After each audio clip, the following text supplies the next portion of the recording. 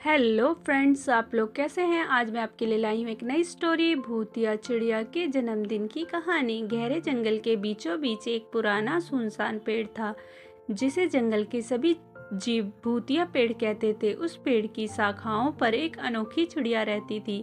भूतिया चिड़िया वह बिल्कुल काली थी। उसकी चमकती लाल आंखें अंधेरे में जलती हुई लगती थीं और जब वह गाती थी तो उसकी आवाज हवा में गूंजती रहती। जंगल के बाकी पक्षी और जानवर उससे डरते थे। कोई नहीं जानता था कि वह कहां से आई थी, कितनी पुरानी थी और उसकी रहस्यमयी आवाज का राज क्या था। लेकिन एक दिन कुछ अजीब हुआ। एक अजीब निमंत्रण। एक सुबह जंगल के हर कोने में एक अजीब संदेश फैला। आज रात मेरे जन्मदिन की दावत है, सभी आमंत्रित हैं। संदेश भूतिया चिड़िया ने भेजा था। वह सुनकर जंगल के जानवरों में खलबली मच गई। किसी ने कभी उसका जन्मदिन मनाते नहीं देखा था। क्या ये कोई चाल थी? क्या वो सच में पार्टी दे रही थी या किसी को फंसाने की योजना बना रही थी?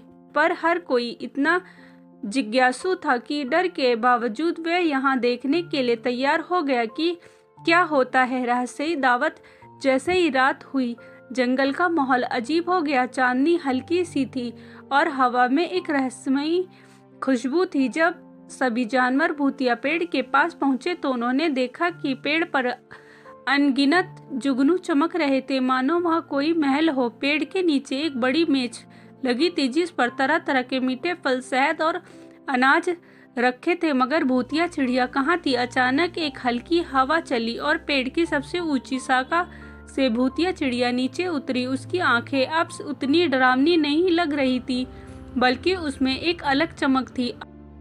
आप सबका स्वागत है, उसने अपनी गहरी मगर मधुर आवाज से कहा। मैं जानती हूँ कि आप मुझसे डरते थे, मगर मैं भी आप सबके ही हिस्सा हूँ। हर साल मैं अपना जन्मदिन अकेले मनाती थी, लेकिन इस बार मैंने सोचा कि क्यों ना इसके खास बनाया जाए। डर दोस्ती में बदल गया। जानवरों को धीरे धीरे एहसास हुआ कि वह भूतिया चिड़िया को गलत समझ रहे थे। उसकी आवाज़ अनोखी थी, उसकी उपस्थिति अलग थी, मगर वह किसी को नुकसान नहीं पहुंचाती थी। जंगल में पहली बार भूतिया चिड़िया ने अपने जन्मदिन पर गीत गाया, मगर इस बार उसकी आवाज़ डरावनी नहीं बल्कि मधुर थी। सबने तालियां बजाई और पहली बार जंगल में उसकी असली खुशी देखी गई। उस रात भूतिया चिड़िया अकेली नहीं थी। उसके जन्मदिन की दावत एक खूबसूरत याद बन गई और अब हर साल जंगल के सभी जीव उसका जन्मदिन मनाने लगे।